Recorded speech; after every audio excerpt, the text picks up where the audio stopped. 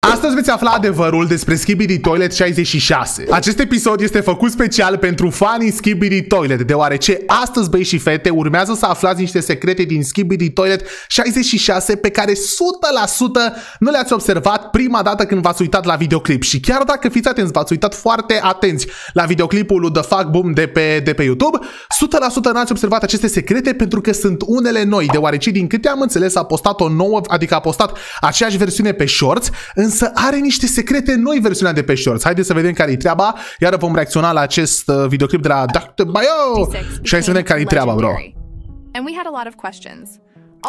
Știți că am reacționat și la prima parte în care fata asta a făcut analiză și au fost foarte multe chestii ciudate, însă aici o să fac o analiză pe ăsta de pe Shorts. Posted the full 66 episode in the Shorts version, and in the Shorts version, new details appeared that were not in the long video. Au apărut new details appeared, au apărut chestii noi care nu erau una la lung. Hai să vedem care-i treaba.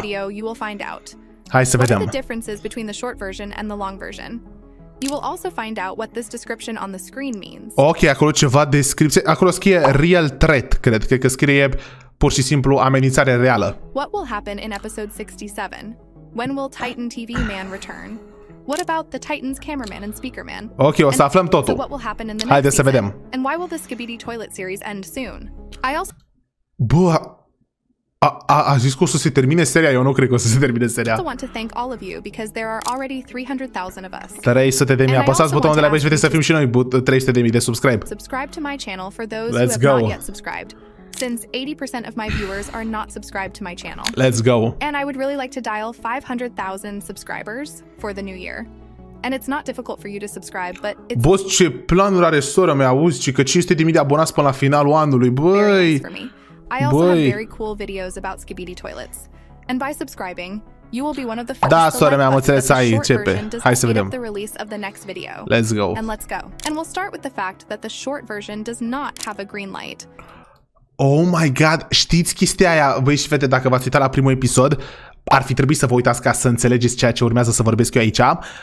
Era o lumină verde, care era lumina agentului, că câteodată când mai apare agentul în episoadele Skibidi, are o lumină verde. Și era și în episodul ăsta, dar aici nu e, bro. And there is no image of Dafuk on the tablet. Also in the short version, different music plays. Muzică diferită. Ok, ciudat. We also see that the agent received a knife, and Mr. Dafuk Boom gave it to him. And now I'll tell you why he did it. And we'll also talk Oh my god, ăla care i-a dat cuțitul era agentul, bro! About the Titans. In the long version, we saw a green photo of Dafuk, and how everyone already guessed that it was he who threw the message. At first I thought that he wanted to break the morale of the agents, but now I have other thoughts. Because he wanted to help the agents in episode 64 and warn about the trap. Although earlier I thought that Dafuk was on the side of the toilets, but it turns out that he is on the side of the alliance.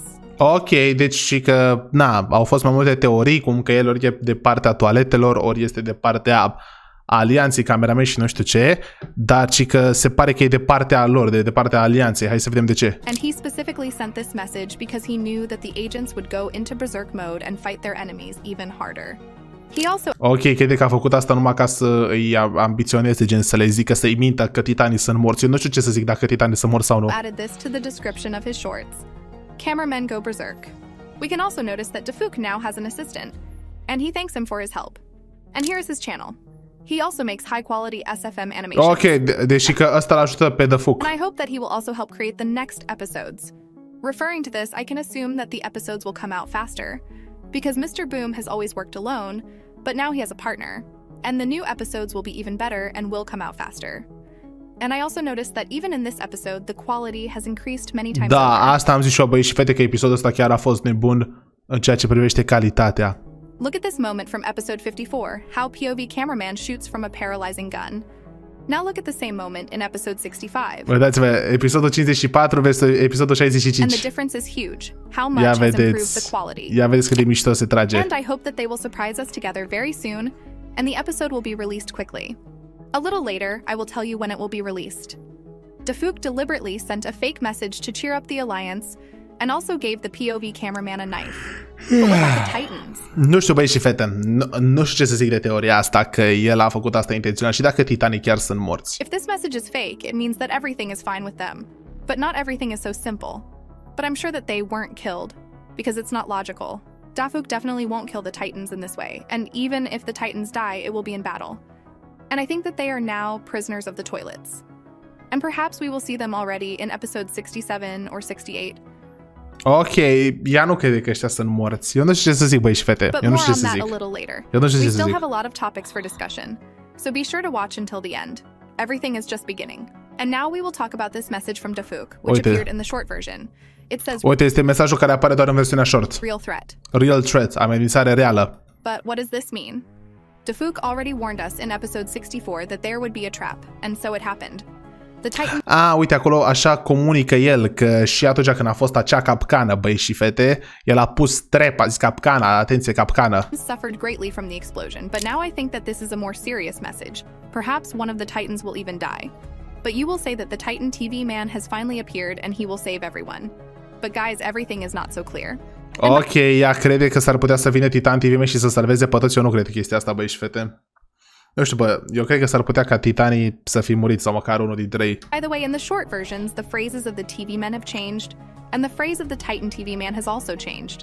But let's take it in order. Why did I say that this threat would be very serious? And my theory is connected with Gmail toilet. In this photo, we see that Gmail is back again. Although this photo is fake, it does not change the fact that Gmail is still alive. Ok, deci ea crede că fotografia asta e fake, dar are pe Gmail, care Gmail practic ar fi fake și nu fotografie, dar e reală. Bă, și eu cred, fraților, că Gmail era fake atunci când a fost ucis. If he were dead, then Dafuk would not have shown him to us in this photo. But there is also a possibility that he wants to confuse us, but honestly, I'm still sure he's alive. I also think that this is again a fake Gmail toilet, since it has small lasers, but this is a topic Da, asta a zis și... for a separate video. Ok, asta mai zis fata asta, care are niște lasere prea micuțe și crede că e Anyway, here is fake. an exclusive theory from me. I think that this threat will be the new Titan Gmail toilet. For some reason, I'm very sure that he will improve and become a Titan. Since for a very long time, Crede we că o să watched devină un his copy, titan. and the real Gmail was in the scientist's laboratory all Gmail-ul. this time, and he is now improving, and he will be able to fight even with the new Titan TV man. Perhaps it will be, but don't rush to draw conclusions. I have another cool theory about this Mai are încă o teorie despre chestia asta. Haideți să vedem. and now it is connected to Astro toilets. Perhaps they are this threat. In this video, I said that all toilets have some kind of boss. And now I'm not talking about the skibidi Ok, deci că ea a mai făcut un videoclip cu o teorie că toate toaletele, da, deci știți că sunt tot felul de toalete, police toilets, astro toilets, toate astea au un boss special. Și cred că nu se referă la scientist, dar cred că scientist este bossul mare. Because I think that he is a pawn. And I think that Gmail remained the commander of ordinary toilets. Oh my god, băi și fete, deci ea crede că Gmail este șeful. Eu nu cred că este asta, fraților. Gmail este șeful și omul de știință este doar un pion. Eu nu cred. But this does not apply to Astro toilets. I think that they have their own boss, and he is strong enough to defeat even the new Titan TV man. Ok, și că ea crede că există o altă toaletă pentru Astro toilets, care toaleta asta e mai șmecheră decât toți, bă, nu știu ce să zic. Dafuk knows very well that the TV man has already recovered, but still he left this message on the screen. And this means that this threat is so dangerous that even the Titan TV man can't cope with it. And guys, it's just incredible how plausible it all sounds. Think for yourself about what I said.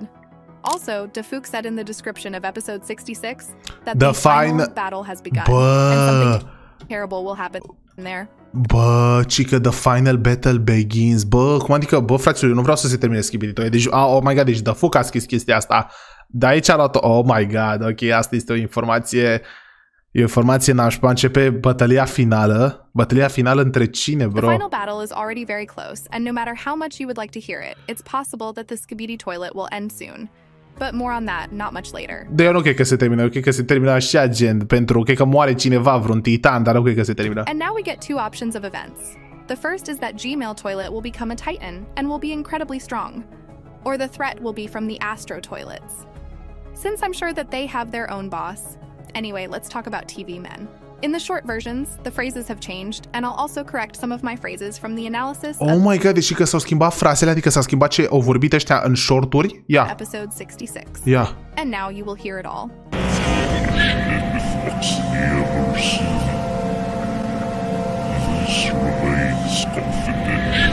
Oh my god, ok, deci prima dată băieți și fete, îmi amintesc eu, a zis this base confidential, adică baza asta este confidențială și acum a zis asta rămâne confidențial.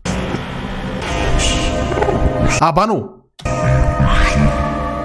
Ba nu, aia a zis în episodul full, dar s-a corectat asta, că tot de la ea am luat. Și aici a zis, ar trebui să fie o surpriză. Oh my god.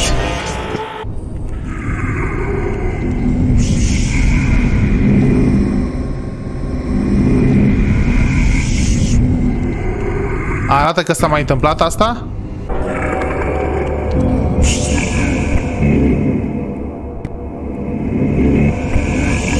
All toilets will die. Oh my god, băieți și fete. Bă, dar de ce sunt mesajele diferite? All toilets will die. That's what he said in the short version, and we've heard this phrase more than once. He also said it in episode 41. Și în episodul 41 a zis.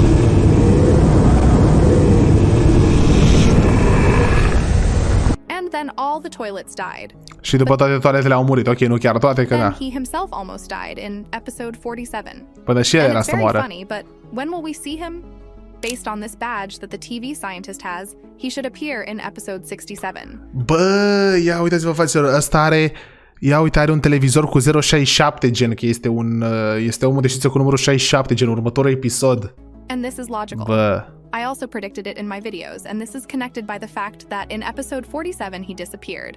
In episode 57, the speaker man returned, and in episode 67, TV men will return. Oh my god, deci că în episodul 47 a dispărut Titan TV Man, deci o să se împlinească 20 de episoade de când el nu mai e.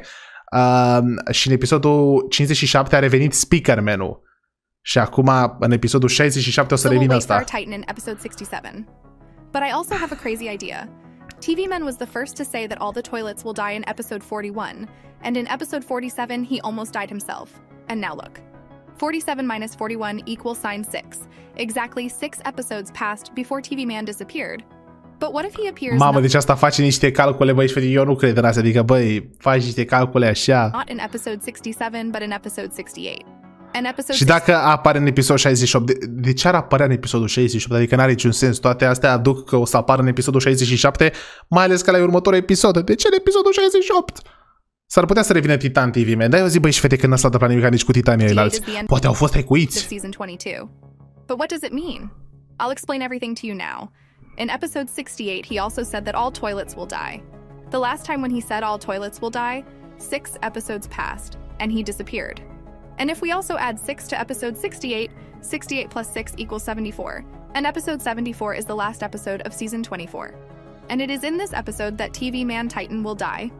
And it is in this episode that the final battle will take place. Ok, deci asta a făcut niște calcule, băi și fete, s-a gândit că ultima dată când a zis fraza asta cu toate toaletele o să moară, au trecut 6 episoade până când el a dispărut. Așa că dacă a zis acum, adăugăm 6 și ne dă 72, dar el o să apară în episodul 68, deci adăugăm 6 la 68, deci o să vină 74, deci în episodul 74 e episodul final Skibidi Toilet. Nu cred așa ceva.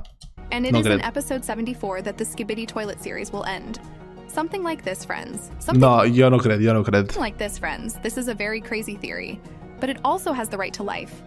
I am not 100% sure that after the final battle, the series will end, but it definitely has to end someday. It's not possible to continue this endlessly. Perhaps Dafuk has already come up with a new series. He thought that Skibidi Toilet would be just another joke, but in the end, it is the best series on YouTube. Este cea mai tare serie de pe YouTube, da, într-adevăr. Bă, băi și fete, chiar sunt curios de părerea voastră. Credeți că o să se termine Skibidi Toilet? Eu nu cred, bro. Deci eu nu știu de unde a venit gagiga asta cu teoria asta, dar eu chiar nu cred. Scrieți la comentarii.